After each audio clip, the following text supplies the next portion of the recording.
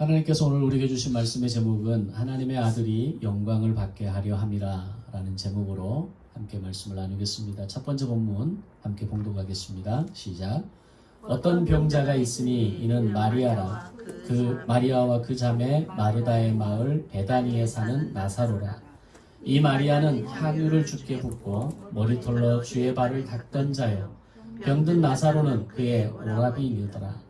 이에 그 누이들이 예수께 사람을 보내어 이르되 주여 보시옵소서, 사랑하시는 자가 병들었나이다 하니, 예수께서 들으시고 이르시되 이 병은 죽을 병이 아니라 하나님의 영광을 위함이요 하나님의 아들이 이로 말미암아 영광을 받게 하려 함이라 하시더라.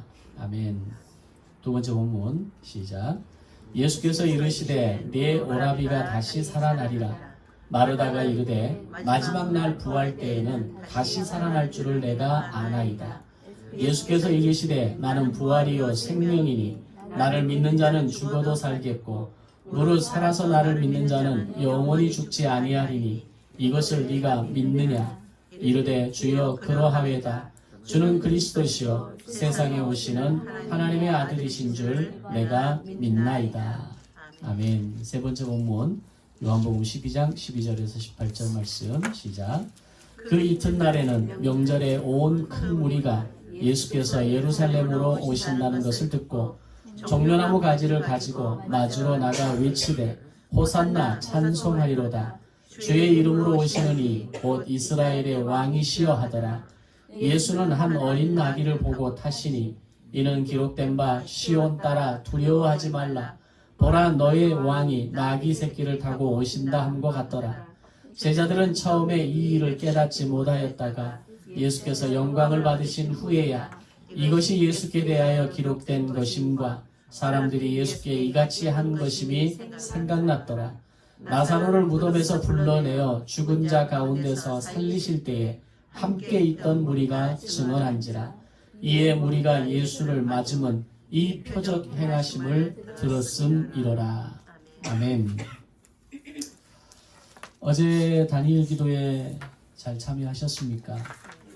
조혜련 집사님을 통해서 굉장히 중요한 말씀이면서 또 우리에게 매우 익숙한, 우리 교회가 하고 있는, 또 여러분들에게 성도들에게 권면하고 있는 매우 중요한 사역에 대해서 강조해 주셨다고 생각합니다.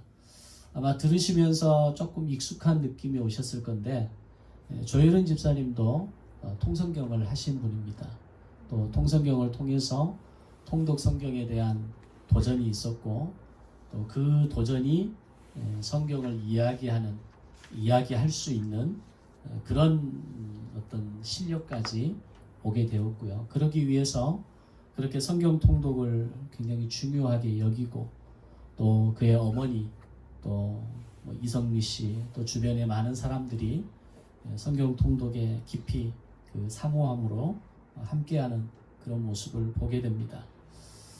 성경 통독은 그렇게 정말 중요한 사역이면서 또 우리의 신앙에 있어서 본질적인 믿음의 결단이고 우리의 믿음을 성숙하게 하는 통로라고 하는 것을 알아야 합니다. 도대체 무슨 말인지 모르는데 이걸 왜 읽어야 하나? 읽을 때마다 고민되고 염려되고 하시겠지만 한 10번 이상 읽다 보면 내가 성경을 이렇게 몰랐구나 라는 것을 알 수 있게 되어집니다. 그때쯤 되면 진짜 성경을 열심히 읽어야 됐다 라는 생각을 하게 됩니다. 아마 10번 되기 전까지는 왜 이걸 하라고 하는지, 왜 자꾸 뭔 말인지도 모르는 조혜련 집사의 말대로 낳고 우리 제사가 훨씬 쉽더라 이런 말처럼 그렇게 어려운 이야기들을 왜 읽어야 되는가. 근데 한 10번 정도 읽으면 내가 이만큼 성경을 잘 몰랐다라는 생각을 깨닫게 되면 아마 그때부터는 성경을 읽는 속도, 또 성경을 읽는 어떤 결단들이 더 기쁨으로 되어지지 않을까 생각하게 됩니다. 성경을 읽으시면서 때로는 다 이해되지 않고 다 설명할 수 없을지라도 오늘도 여러분의 삶의 자리에서 묵묵하게 성경 통독의 삶을 살아가시기를 주님의 이름으로 축복합니다. 아멘. 자, 그렇게 우리가 성경을 읽어가고 통독할 때 사복음서를 읽으면서 나타나는 예수님의 많은 기적들을 경험하게 됩니다. 오병이의 기적을 통해서 그 자리에 모인 5,000명의 무리들이 먹이시는 것을 비롯해서 병든 자를 고치시고 눈먼 자를 보게 하시고 나면서부터 앉은뱅이를 일으키시고 또 특별히 성경의 복음서 가운데 4명의 죽은 사람을 살리시는 일까지 굉장히 다양하고 스펙타클한 그런 기적의 사건들이 사복음서 가운데 나타납니다. 이것 모든 것들은 인간이 절대로 스스로 극복할 수 없는 한계의 영역을 다루시면서 이 땅에 하나님의 아들로 오신 예수님의 모습을 보여주시게 됩니다. 그렇게 수많은 기적들 가운데 제자 요한은 모두 7개의 기적만을 택해서 요한복음에 기록합니다. 첫 번째는 요한복음 2장에서 물이 포도주가 되는 사건을 기록합니다. 당시 일반적으로 잔치집에서 시행되던 이 종교적, 축제적 의식이 이 물로 포도주로 만드는 사건을 통해서 실제적인 삶의 은혜로 나타나서 가장 좋은 포도주로 잔치에 참여한 모든 사람들에게 마시게 하는 기적이 일어나게 됩니다. 두 번째는 요한복음 4장에서 고위관리의 아들을 고치시는 예수님의 모습을 기록하면서 이런 복음의 능력이 육체와 영적인 회복까지 가져올 수 있는 힘이 있다. 이 사실을 기록합니다. 세 번째는 요한복음 5장에서 베데스다 연못에 있었던 38년 된 병자를 고치시는 내용인데 이 베데스다 연못가에 있는 사람들에게는 하나의 어떤 희망, 로망이 있었죠. 하늘에서 천사가 내려와서 그 물이 요동할 때 가장 먼저 그 물에 몸을 담그는 자가 나음을 입는다. 소위 이런 전설이 있었습니다. 그 전설을 기다리면서 수많은 사람들이 이 베데스다 연못가에 둘러앉아서 있었지만 이 38년 된 병자는 몸을 옮기기도 전에 이미 다른 사람들이 다 들어가 버리거나 자기 순서와 차례는 오지 않았다는 거죠. 이걸 통해서 오늘 우리의 치유와 회복의 사건은 신비한 경험, 어떤 신비한 사건을 통해서가 아니라 오직 예수님의 능력으로 약함이 강함으로 바뀐다. 이 사실을 말씀하게 됩니다. 네 번째는 요한복음 6장에서 오병이어의 사건을 다루면서 5,000명을 먹이시는 내용을 기록하는데 예수님은 인간의 육과 영을 함께 먹이시는 능력을 가지고 계시며 이 땅에 오실 때 우리를 먹이시는 하나님의 아들로 오셨다라는 것을 강조하게 됩니다. 다섯 번째는 요한복음 6장에서 바다 위를 걸으시는 예수님의 모습을 제자들이 바라보면서 두려움 가운데 떨게 됩니다. 그 두려움 가운데 있는 제자들을 향해서 두려움을 믿음으로 바꾸시는 그런 예수님의 능력을 보여주시게 되고요. 여섯 번째는 요한복음 9장에서 나면서부터 맹인된 자를 보게 하시는 내용으로 인간의 영적인 어두움을 우리가 육체적으로 볼 수 없는 사람뿐만 아니라 영적으로도 맹인의 삶을 살아가고 있는 모든 인생에게 어두움을 빛으로 바꾸시는 예수님을 보여줍니다. 마지막 일곱 번째는 오늘 본문 가운데 진행되는 내용으로 요한복음 11장에서 죽은 나사로를 살리시는 내용으로 오직 복음의 능력이 오직 예수님의 이름이 죽은 자를 살리시는 능력을 보여주시게 됩니다. 따라서 복음을 믿는 사람들이 죽음에서 생명으로 옮겨가는 부활의 메시지를 이 나사로의 죽음과 부활을 통해서 미리 보여주시게 됩니다. 이는 장차 예수님께서 십자가에서 죽으시고 사흘 만에 부활하시게 되는 하나의 그림자를 미리 보여주시게 되는 사건이었다는 겁니다. 자, 이렇게 모두 7편의 기적만을 요한복음에서 다루게 되는데 이 7가지의 기적들이 가지고 있는 한 가지 공통점이 있습니다. 그것은 바로 요한은 예수님의 완벽한 신성을 강조하면서 예수님이 하나님의 아들로 이 땅에 오셨다라는 것을 강조하고 있다는 겁니다. 즉 마태, 마가, 누가, 요한복음의 이 4복음서를 기록한 4명의 기자가 각각의 관점을 가지고 있는데 요한이 가지고 있는 관점은 하나님의 아들로 이 땅에 오신 예수 그리스도. 그분은 완전한 인간이시면서 동시에 완벽한 신성을 가지신 분이다. 완전한 신이다라고 하는 것을 강조하는 것이 요한의 관점이라는 겁니다.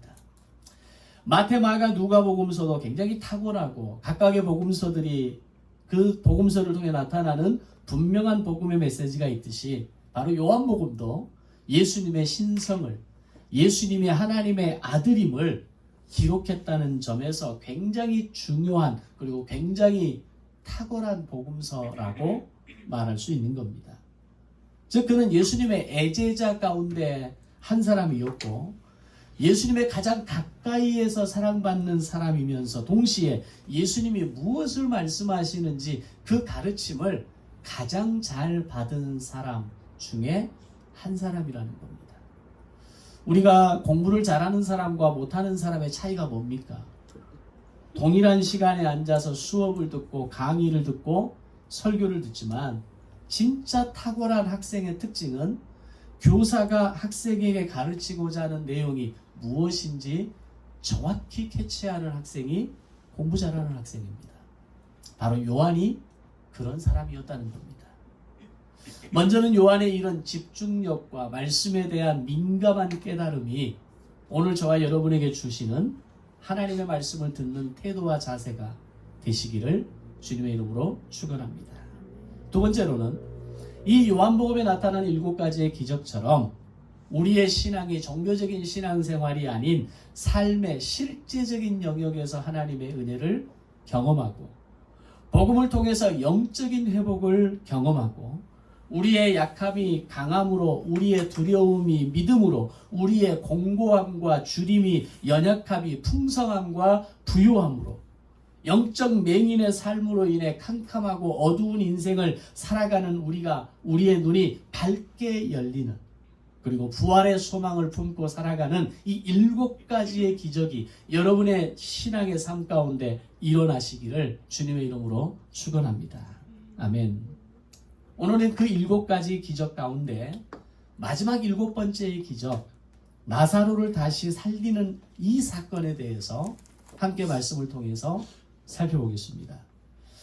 요한복음 11장에는 죽은 나사로를 살리시는 예수님을 기록합니다. 나사로가 아마 당시로서는 고치기 어려운 병에 걸려서 죽게 되었을 때 나사로의 누이인 마르다와 마리아가 예수님께 사랑을 보내게 됩니다. 나사로의 병이 얼마나 위중한지를 알리면 예수님이 급히 발길을 돌려서 와줄 것이라고 생각했고 그렇게만 된다면 나의 오라비가 다시 살아날 수 있다. 나의 오라비가 나을 수 있다라고 하는 믿음이 있었기 때문입니다.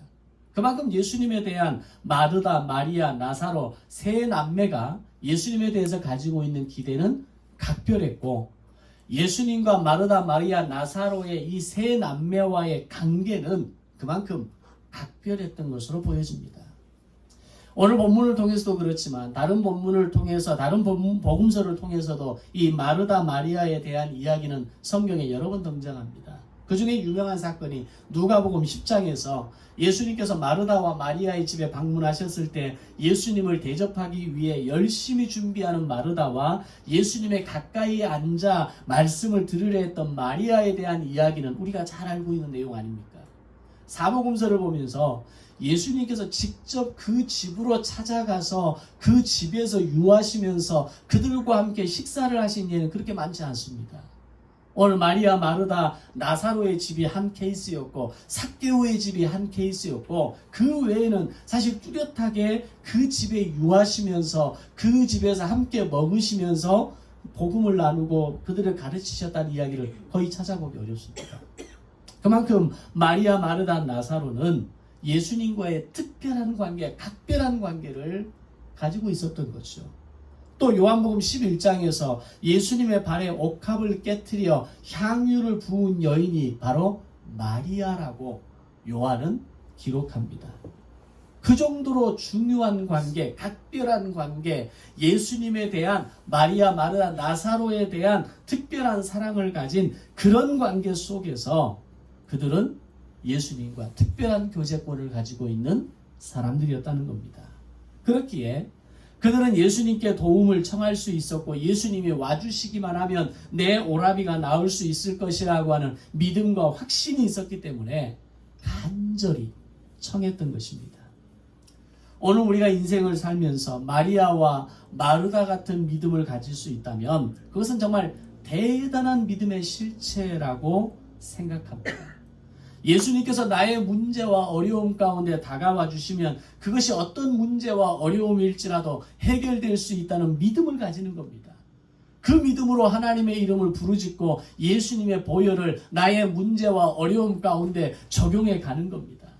예수님께서 나의 연약함과 나의 육신의 연약함과 나의 상처와 아픔으로 다가와 주시면 나의 어떠한 질병과 상처와 고통일지라도 해결될 수 있다는 믿음을 가지는 것입니다. 그런데 우리는 예수님을 알고 믿는다고는 하지만 실제로 나의 삶의 연약함이나 나의 삶의 어떤 문제나 어려움이나 상처와 어떤 질병과 오늘 내 인생의 막힘 가운데 예수님의 이름과 능력을 잘 적용하지 않는다는 겁니다. 대부분의 많은 그리스도인들이 내 힘으로 해결하려고 아둥바둥하면서 살고 나는 하나님을 안다고 나는 능력 많으신 하나님을 믿는다고 말하지만 실제로 내 삶의 문제에 밀접하게 그분을 끌어당겨와서 그 이름을 가져와서 내 삶의 문제와 어려움을 해결하려 하지는 않는다는 겁니다. 내가 먼저 앞서가려 하고 나 혼자 힘으로 해결하려 하고 내가 이 문제를 책임져야 한다는 의식으로 소위 고군분투하는 인생이 바로 오늘 우리의 인생이라는 겁니다. 그런데 마르다와 마리아는 예수님이 자신들의 문제의 주인이셨고 오라비의 죽을 병을 고칠 수 있는 분도 오직 예수님이었다라는 겁니다. 예수님이 생명의 주관자이고 모든 질병을 고치시는 분이고 오늘 우리 가정에 당한 이 위기와 어려움을 해결하실 분이 오직 예수님 한 분뿐이라는 생각을 하고 있었기 때문에 그들은 기꺼이 예수님에게 소식을 전할 수 있었던 겁니다. 저와 여러분의 믿음의 태도와 자세 가운데 모든 문제와 어려움과 염려와 불안과 육신의 연약함과 마음의 고통과 상처와 눈물까지 전적으로 예수님을 부르짖으며 맡기며 부르짖을 수 있는 순전한 믿음, 어린아이 같은 믿음을 가지시기를 주님의 이름으로 축원합니다. 요즘 저의 기도가 바뀐 것이 이런 부분입니다. 이전에는 제가 항상 앞에 있었고 제가 모든 것을 계획했고 이 정도면 충분히 해볼 만하다라고 생각하는 것이 제가 살아왔던 삶의 방식입니다. 근데 그래서 경험했던 것이 실패와 절망과 낙심과 때로는 배신과 오늘 내 안에 어떤 그런 슬픔의 마음들을 경험하는 것이 돌아보니 제 인생이었던 겁니다. 그 시간을 지나면서 제가 하나님께 결단했던 게 뭐냐면 하나님 이제는 앞서지 않겠습니다. 하나님 이제는 하나님 앞에서 설레발 치지 않겠습니다. 묻고 확인하고 응답 주시면 가겠습니다. 그게 저의 기도의 제목이고 저의 오늘의 삶을 살아가는 저의 삶의 태도와 자세로 바뀐 부분입니다. 지금은 거기에 한 가지 더 얹어서 이렇게 결단합니다. 이제 하나님 앞에서 장남처럼 살지 않겠습니다. 이제 하나님 앞에서 막내 아들처럼 살고 싶습니다. 장남처럼 산다는 게 뭡니까? 내가 모든 걸 책임지고 내가 모든 걸 결정하고 내가 모든 것을 감당하는 것이 장남같이 사는 겁니다. 사실 세상적으로 볼 때는 그게 더 멋있는 거죠. 세상적으로 볼 때는 그렇게 사는 것이 멋있게 보일 수도 있고 그래야 한다라고 이야기하고 그렇게 책임지는 삶을 사는 자세를 가져야 한다라고 말할 수 있습니다. 그러나 신앙적으로 볼 때는 장남의식, 장녀의식으로 산다는 것이 얼마나 불순종이고 교만이고 하나님 없는 삶을 사는 것인지를 알아야 한다는 겁니다. 제가 지난 50년의 시간을 돌아보니까 저에게는 장남의식으로 똘똘 뭉쳐서 내가 해결해야 되고 내가 책임져야 되고 내가 뚫고 나가야 되고 내가 이 문제를 해결해야 된다라고 하는 온갖 책임감으로 똘똘 뭉쳐 있더라는 겁니다. 이것을 깨달으면서 제가 하나님 앞에 선언하고 결정한 것이 하나님이 나를 책임져 주시고 하나님이 내 인생을 결정해 주시고 하나님이 나를 감당해 주시는 막내의식으로 살겠습니다 라고 고백하고 있다는 겁니다. 그리고 이제는 어중간하게 보여주시면 하나님 저 안 갑니다.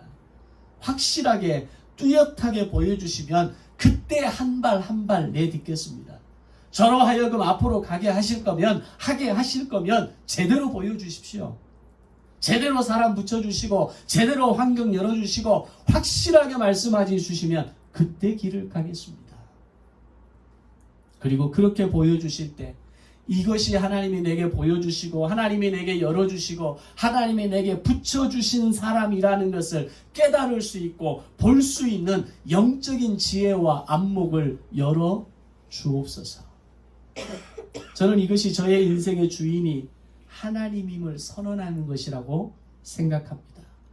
지난 50년 동안 내 인생의 주도권을 내가 쥐고 살았을 때는 하나도 되는 게 없더라는 거예요. 가끔 그런 생각, 그런 얘기를 합니다. 하나도 되는 것이 없다고. 내 마음대로 되는 게 하나도 없다고. 왜 그렇습니까? 내가 내 인생의 주도권을 쥐고 살아가는데 내 마음대로 내 뜻대로 되는 게 뭐가 있겠습니까? 이제는 하나님이 내 인생의 주도권을 쥐고 하나님이 나를 가라고 하시고 하나님이 나를 열어주시고 내게 붙여주시는 사건과 삶의 현장을 통해서 오늘 우리의 인생이 살아갈 수 있어야 된다는 겁니다. 오늘 저와 여러분의 인생이 하나님의 손에 붙잡혀서 하나님이 핸들링 하시는 대로 그분이 이끄시는 대로 순전한 믿음으로 순종하며 나아가는 하나님 집 막내 아들, 막내 딸 같은 인생이 되시기를 주님의 이름으로 축복합니다. 재벌집 막내 아들이라는 드라마가 한참 인기가 있었죠. 우리는 하나님 집 막내 아들, 하나님 집 막내 딸입니다. 내가 내 마음대로 내 인생으로 내가 내 인생의 주도권을 쥐고 가려고 하는 것 착각입니다. 그렇게 하면 하나도 되는 것이 없다는 겁니다. 그러나 주님이 나를 이끄시는 대로 주님이 나의 길을 열어주시는 대로 보여주시는 대로 그때마다 한 걸음 한 걸음 나아갈 때 그러나 그것들을 무감각하게 무딘 영성으로 알아채지 못하는 게 아니라 주님이 주시는 그 영성의 그 탁월함으로 깨어있는 영성을 통하여서 알아차림으로 가야 한다는 겁니다. 다시 본문으로 돌아가겠습니다. 그렇게 간절한 마음으로 예수님께 소식을 띄웠고 즉시 와주기를 간절히 바라는 이 마르다와 마리아의 기대와는 달리 예수님의 대답은 의외의 답변이었습니다. 본문 4절에서 이 병은 죽을 병이 아니라 하나님의 영광을 위함이요 하나님의 아들이 이로 말미암아 영광을 받게 하려 함이다 라고 말씀하시게 됩니다.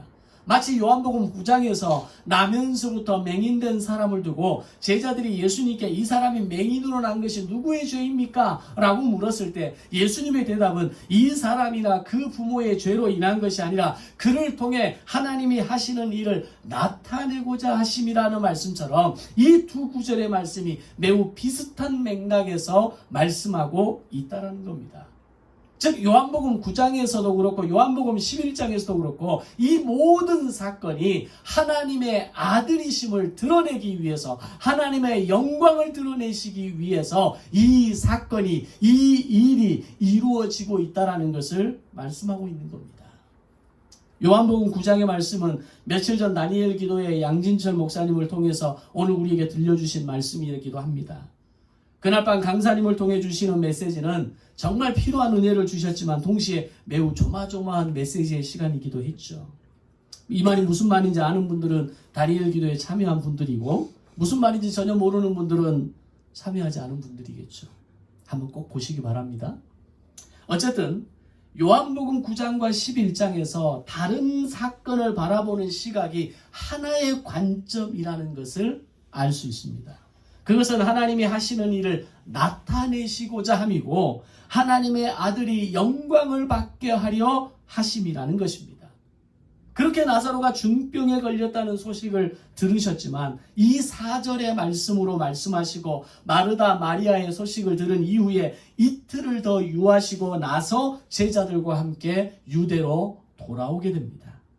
전적으로 나사로를 만나기 위한 계획이었습니다. 그런데 이때 예수님께서 베레아로 오시기 전에 어떤 일이 있었냐면 유대인들이 예수님을 돌로 치려 하는 아주 위급한 상황이 벌어지게 되고 그 사건으로 인해서 급히 요단강을 넘어서 베레아로 피해 오셨던 겁니다. 왜 사람들이 예수님을 돌로 치려 했습니까?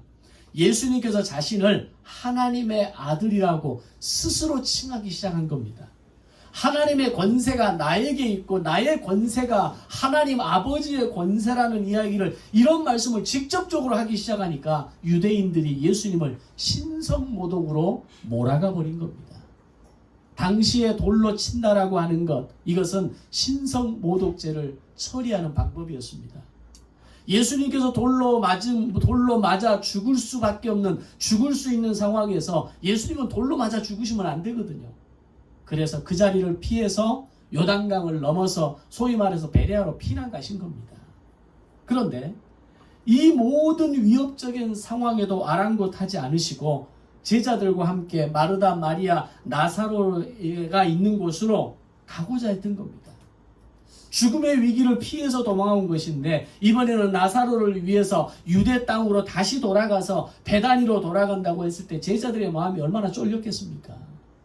그러면서 제자들이 예수님을 말립니다. 도대체 왜 거기를 또 가지려고 하십니까? 유대 땅에서 예루살렘에서 그 죽음의 위기를 경험하고 겨우 도망쳐서 이곳에 왔는데 지금 예수님께서 그곳으로 돌아가시면 안 됩니다. 예수님 돌에 맞아 죽으실 수도 있습니다.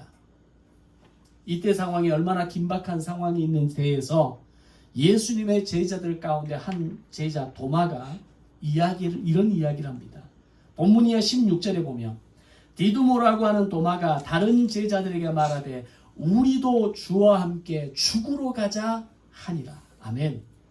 그만큼 당시 예수님께서 요단강을 다시 넘어서 유대로 들어가신다라고 하는 것은 목숨을 거는 결단이었고 예수님의 결단에 순종함으로 제자들이 용기를 내어 우리도 함께 죽자라는 각오로 요단강을 넘어 유대로 돌아왔던 겁니다.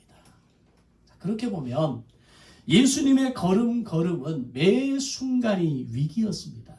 마지막 십자가를 지시기 전 순환의 길을 걸어가기 그 이전부터 예수님은 위기의 고난의 삶으로 계속해서 이어져 갔던 겁니다. 그러나 당신의 목숨을 아까워하지 않으시고 당신의 생명을 보존하기 위해서 마르다 마리아의 청을 거절하지 않으시고 잠시 딜레이는 하셨지만 그들의 청에 따라서 자신의 생명의 위협이 있음에도 불구하고 유대 땅 베다니로 돌아갔던 겁니다. 오늘 우리가 예수님을 필요로 하고 예수님을 부르짖으며 나에게 와주시기를 바랄 때 죽음의 위기를 무릅쓰고 나사로에게 가셨던 것처럼 오늘 주님은 오늘 우리의 인생의 모든 위기를 넘어 우리에게 다가와 주실 줄로 믿습니다. 그럼 우리가 해야 할 일은 뭡니까? 나의 인생의 위기와 어려움 앞에 주님을 초청하는 겁니다. 나의 인생의 상처와 고통 앞에 예수님을 초청하는 겁니다. 내가 내 문제 해결하려고 하고 내 상처 해결하려고 하고 내가 좋아하는 사람으로 내 친구들로부터 내가 좋아하는 어떤 취미생활로 내 마음이 위로받으려 하는 것이 아니라 주님이 나의 문제, 주님이 나의 상처, 주님이 나의 어려움 가운데 임재하여 주옵소서. 그분을 부르짖으며 그 이름을 부르며 나아갈 때 오늘 나사로를 향해서 죽음을 무릅쓰고 요단강을 넘어왔던 예수님처럼 오늘 우리의 인생의 자리로 함께 들어와 거하시는 예수님을 경험하게 될 줄로 믿습니다. 아멘.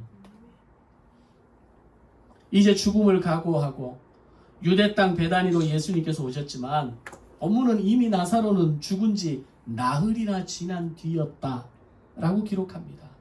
나사로의 누이들은 얼마나 슬펐겠습니까? 그 슬픔을 감추지 못합니다. 이 상황 가운데 예수님께서 놀라운 말씀을 하십니다. 두 번째 본문 23절 말씀에서 네 오라비가 다시 살아나리라. 네 오라비가 다시 살아나리라. 그러자 마르다 마리아가 말합니다. 우리가 마지막 날 부활 때에는 다시 살아날 줄을 내가 아나이다. 이게 뭡니까? 부활신앙이라는 겁니다. 마르다 마리아는 적어도 부활신앙을 가진 여인들이었습니다. 근데 이 믿음이 굉장한 믿음입니다. 왜 그렇습니까? 아직 예수님의 십자가와 부활의 사건이 이루어지기 전입니다. 예수님이 죽으시기 전이고 예수님이 죽었다 살아나는 부활을 보이시기 전입니다. 그럼에도 불구하고 마르다 마리아는 다음에 우리가 죽었다가 살아날 줄을 내가 믿습니다. 내가 아나이다라는 고백을 했다라는 겁니다. 굉장한 믿음입니다. 이것은 보지 않고 믿는 믿음이고, 믿음은 바라는 것들의 실상이라는 말처럼 오늘 내 안에 보여지지 않고 만질 수 없고 느낄 수 없을지라도 온전히 그 하나님을 믿는 믿음으로 나아가는 마르다 마리아의 모습을 보여주는 겁니다. 어제 조혜련 집사님의 찬양 속에도 그런 고백하잖아요. 믿어지지 않고 이해할 수 없고 만질 수 없고 설명할 수 없지만 그 주님을 믿음으로 고백하는 것, 그것이 진정한 부활신앙의 믿음이 되는 겁니다.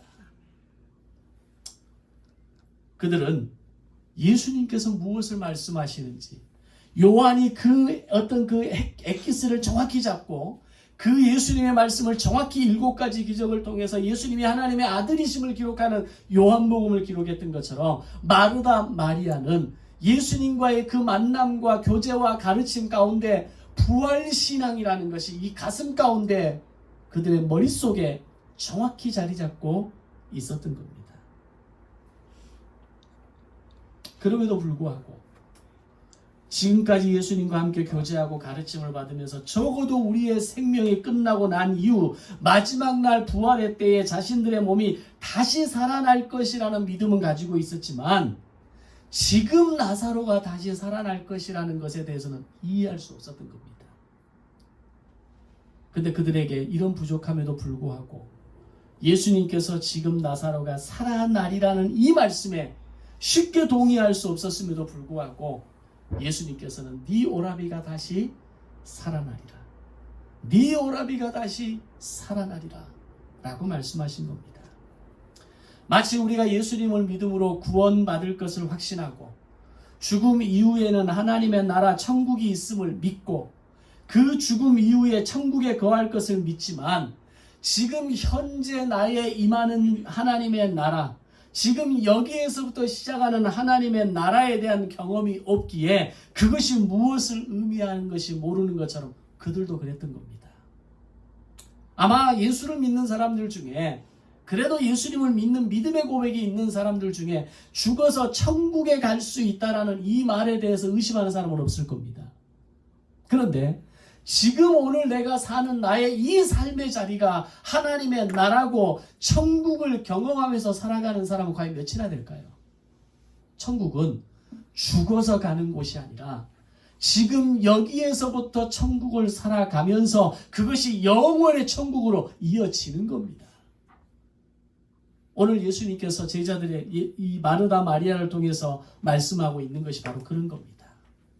오늘 우리가 문제가 생기면 피 바르고, 막히면 예수님의 이름을 부르짖고, 배고프면 하나님의 이름을 부르짖고, 마음이 공고하고 괴로울 때 성령님을 부르짖고, here and now, 지금 여기에서의 하나님을 고백하지 않는다면 오늘 마르다 마리아처럼 우리가 다음에 죽었다가 살아나는 것은 알고 있습니다.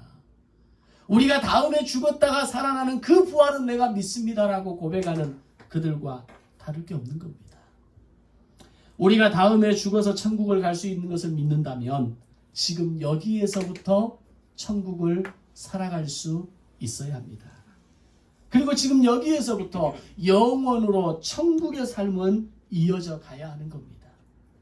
우리가 다음에 죽음 이후에 영원한 부활을 경험하게 될 것을 믿는다면 지금 여기에서부터 날마다의 부활의 영광을 누리고 살아갈 수 있어야 한다는 겁니다. 자유함을 잊고 부요함과 풍성함을 얻고 생명을 누리고 생명을 전하고 생명을 세우는 부활의 증인으로 살아가게 되는 겁니다. 부활의 증인으로 살아간다는 게 뭡니까? 생명책을 갖고 있는 거죠. 어제 간증을 들으면서 굉장히 제가 중요한 인사이트를 받았어요. 내년에 저희 교회에서 시작할 2개의 노트가 생명책 노트, 그리고 감사 노트. 119일 동안만 감사하는 게 아니라 1년 동안 우리가 감사하는 훈련 한번 해봅시다. 그게 첫 번째 노트고요. 생명책 노트를 만들어야 되겠구나. 내 주변에 전도해야 될 사람들은 그냥 무작위로 다 쓰는 겁니다. 감동을 주시는 대로. 내가 그에게 기회가 될 때마다 예수 믿으십시오. 우리 함께 신앙생활 합시다. 어느 날 그가 예수를 믿었을 때 동글뱅이 치고 색깔 입히고 별표 치고, 그렇게 내 인생을 살아가면서, 남은 인생을 살아가면서 평생 내가 기도하는 해왔던 사람들이 과연 몇 명이 그리스도에게로 돌아오는가를 보게 된다면 그것보다 더 놀라운 부활의 간증이 어디가 있겠습니까? 그래서 제가 어제 간증을 들으면서 결심했어요. 내년에는 생명책 노트와 감사 노트를 시작해야 되겠다. 기대가 되십니까? 권사님, 박은장 권사님만 지금 아멘을 하시는데 기대가 되십니까? 내년에는 제가 좀 지금까지 제가 한 10몇 년 있으면서 전도하자는 말을 제가 한 번도 안 했는데 내년에는 한 명씩은 전도합시다라는 말을 좀 하려고 해요. 그래도 좀 한 20-30명은 좀 돼야 우리가 예배할 수 있는 힘이 더 나지 않습니까? 이 자리가, 이 숫자가 부족하다 안 된다가 아니라 하나님을 예배할 수 있는 힘이 좀 더 있었으면 좋겠다. 요즘 그런 마음을 많이 주시거든요. 우리가 하나님을 예배하고 찬양할 수 있는 목소리가 더 컸으면 좋겠다. 더 하나님을 함께 찬양하는 공동체가 조금 더 세워졌으면 좋겠다. 예배하기 위해서. 또 하나는 하나님의 사역을 하기 위해서. 1년을 쭉 오면서 예산을 집행하고 해오면서 너무 빠듯해요. 겨우겨우 넘어갑니다. 그 외의 것은 잘 하지를 못해요. 그래서 제가 하나님 앞에 예배하는 공동체를 조금만 더 늘려주십시오. 그래서 우리의 찬양이, 우리의 예배의 소리가 좀 더 커졌으면 좋겠습니다. 두 번째, 하나님, 한 달 한 달 그렇게 우리의 운영을 위해서 들어가는 경비 외에 사역을 위해 쓸 수 있는 재정이 만들어지게 해주십시오. 그런 두 가지 욕심이 생기더라고요. 이것은 절대 교회를 부흥시켜야 됩니다.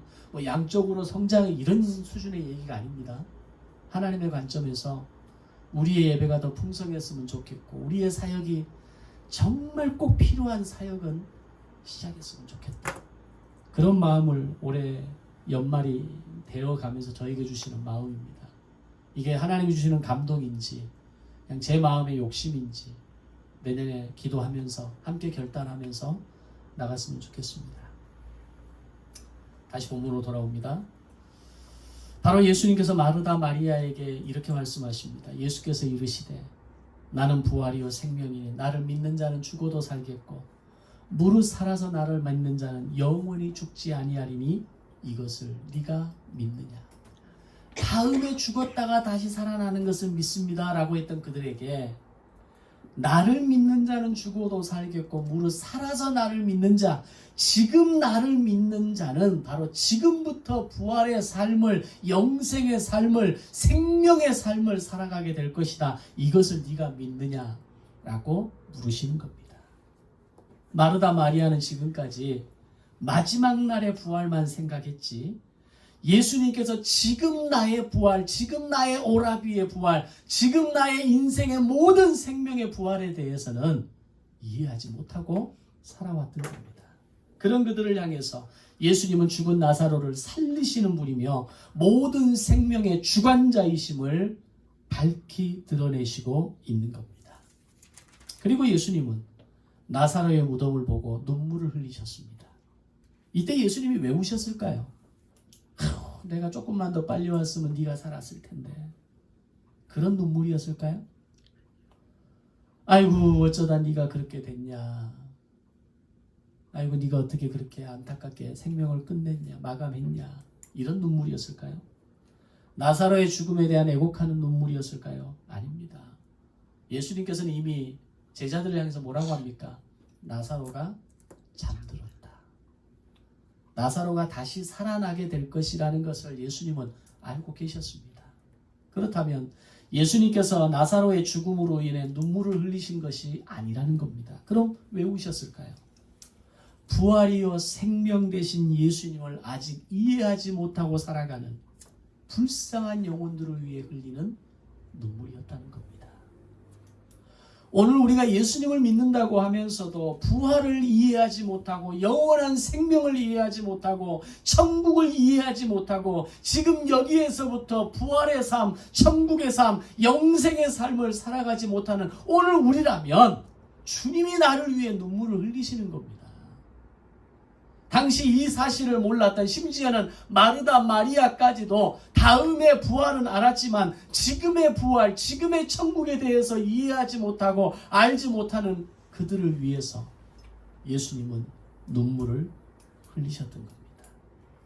지금 여기에서부터 천국의 삶을 살아가시고 영원한 천국을 살아가시기를 바랍니다. 지금 여기에서부터 부활 신앙으로 살아가시고 영원한 부활을 살아가시기를 주님의 이름으로 축원합니다. 그리고 예수님은 죽은 나사로를 살리십니다.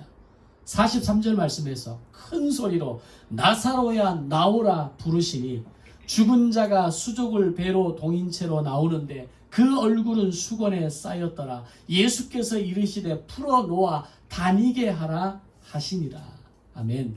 우스갯소리로 이런 얘기합니다. 왜 예수님께서 나사로야 나오라 라고 하셨을까? 그냥 죽은 자여 나오라 그랬으면 나사로만 나오지 않았을 거다. 뭐 이런 이제 우스갯소리를 합니다. 그러니까 나사로만 살아나야 되니까, 나사로를 지금 살리시는 게 목적이니까 나사로야 나오너라 라고 나사로를 살리신 겁니다. 놀라운 일이 일어났습니다. 믿을 수 없는 일이 일어난 겁니다. 완전히 죽었고 죽은 지 나흘이나 지난 나사로가 예수님의 말씀 한마디로 다시 살아났고 마르다 마리아의 기쁨과 감격을 넘어서 이 광경을 지켜보는 많은 사람들이 놀라며 이 광경을 지켜보던 많은 유대인들이 그를 믿었다라고 기록합니다. 이것이 요한복음 11장에서 요한복음 9장에서 하나님이 드러나게 하시고 하나님의 영광을 나타내게 하시고 하나님의 아들이심을 나타내시는 사건이 시작되는 겁니다.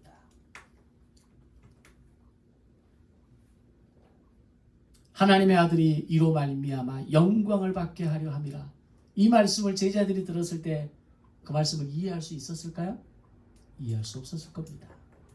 그때는 이해할 수 없었던 예수님의 말씀이 많은 유대인들이, 그 자리에 있었던 많은 유대인들이 나사로가 다시 살아나는 사건을 보면서 예수를 믿었더라라는 이 현장을 제자들이 목격할 때 이거였구나. 예수님께서 말씀하시는 게 바로 이거였구나 라는 것을 깨달았을 겁니다. 우리 인생도 그렇습니다. 우리의 짧은 지식과 안목으로 하나님의 구원 경영과 구원 경륜과 인생 경영을 다 이해할 수 없는 겁니다. 왜 나에게 이런 시간을 주셨을까? 왜 나에게 이런 사건을 경험하게 하실까? 왜 나에게 이런 아픔을 경험하게 하실까? 지금 되어지는 이 상황이 도대체 뭘 이루시기 위한 것일까? 수많은 의문들이 여러분의 삶 가운데 있지 않습니까? 없다면 이상한 겁니다. 그런 의식을 가져야 됩니다. 왜 이런 시간이, 왜 이런 아픔이, 왜 이런 이 시간의 흐름이 나의 인생에 존재하는 것일까? 근데 시간이 지나고 돌아보면 그 시간과 상황과 사건 속에 하나님의 손길이 보이는 겁니다. 때로는 다 이해되지 않고 수용되지 않고 받아들여지지 않아도 묵묵하게 여러분에게 주어진 길을 걸어가는 것, 그것이 믿음입니다. 그러면 반드시 하나님은 우리에게 길을 밝히 보여주시고 당신의 뜻을 우리에게 깨닫게 하실 것입니다. 이제 나사로의 사건은 당시 유대 사회의 빅뉴스였을 겁니다. 예수님을 믿고 따르는 사람들에게는 굿뉴스였을 것이고 예수님을 반대하는 사람들에게는 배드뉴스였을 겁니다. 실제로 엄청난 후폭풍이 일어나기 시작합니다. 첫 번째, 예수님께서 죽은 나사로를 살리신 것을 보고 예수님을 하나님의 아들로 믿는 유대인들이 많이 생겨나게 됩니다. 두 번째, 예수님의 행적을 사내들인 공회에 밀고 하는 밀고자들이 만들어지게 됩니다. 세 번째, 이 일로 인해 사내들인 공회는 긴급 소집령을 발동하게 되고 네 번째, 예수님을 죽이려는 모의가 본격적으로 시작되게 됩니다. 마치 잔잔한 호수 위에 커다란 돌덩이 하나가 떨어졌을 때 수많은 파동이 일어나는 것처럼 그것을 믿고 고백하고 변화되는 사람이 있었는가 하면 오히려 더 반대편에서 뚜렷하게 예수님을 대적하고 예수님을 죽이기 위해서 모의하는 후폭풍이 일어나기 시작했던 겁니다. 참 아이러니합니다.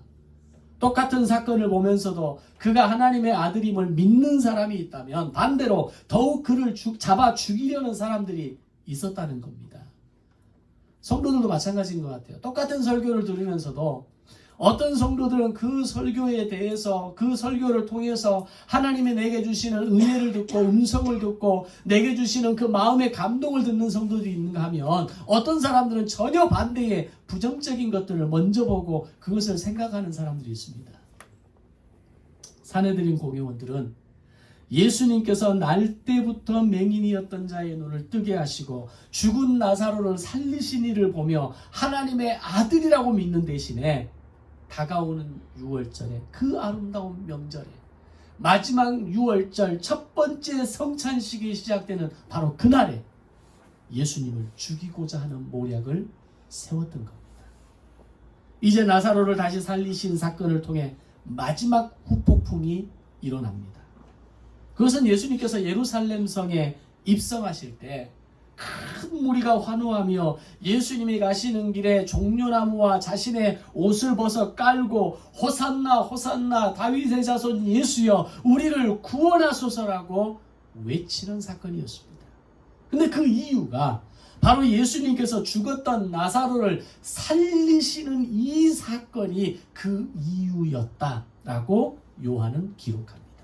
오늘 세 번째 본문입니다. 나사로의 부활 사건은 6월절 명절에 예루살렘을 흥분시킬 만한 일이었다는 겁니다. 이것을 통해 우리는 예수님께서 마르다와 마리아를 통해 나사로의 소식이 전해졌을 때 이는 하나님의 아들의 영광을 위한 것이라는 말씀이 완벽하게 이루어지는 것을 보게 되는 겁니다. 먼저는 오늘 그 자리에 모인 그 자리에 있었던 많은 사람들이 나사로가 살아나는 것을 보고 많은 유대인들이 믿었더라라고 하는 것이 잔잔한 후폭풍이었다면 예수님께서 예루살렘에 입성하실 때 수많은 백성들이 나와서 호산나 호산나 외치며 다윗의 자손이여 우리를 구원하소서라고 외치는 이 사건을 위해서 하나님의 아들임을 드러내는 이 일을 이루시기 위해서 예수님께서 나사로를 살리셨던 겁니다. 오늘 나사로를 통한 이 잔잔한 폭풍 그리고 이 엄청난 후폭풍이 일어났던 것처럼 오늘 나의 인생을 통한 후폭풍이 일어나야 합니다. 나를 통해 예수를 믿는 사람들의 잔잔한 파동이 일어나야 하고 나로 인해 사람들이 예수님을 믿고 예수님을 환호하고 예수님을 기대하고 그들의 예수님을 삶의 자리로까지 모실 수 있는 이 엄청난 후폭풍이 오늘 여러분의 인생 가운데 여러분의 사람을 만나는 사람들마다 그들의 삶의 지경 가운데 일어나는 역사가 되시기를 주님의 이름으로 축원합니다. 그런 인생 멋있지 않습니까? 그런 인생의 삶을 산다는 것, 믿음의 삶을 산다는 것 대단하지 않습니까? 여러분의 인생이 잔잔하십니까? 아무 변화가 없습니까? 그럼 이제부터 예수님으로 인해 파동이 일어나고 예수님이 내 삶에 개입하시고 들어오심으로 인해 엄청난 파도가 일어나는 역사적인 삶이 되시기를 주님의 이름으로 축원합니다. 기도하겠습니다.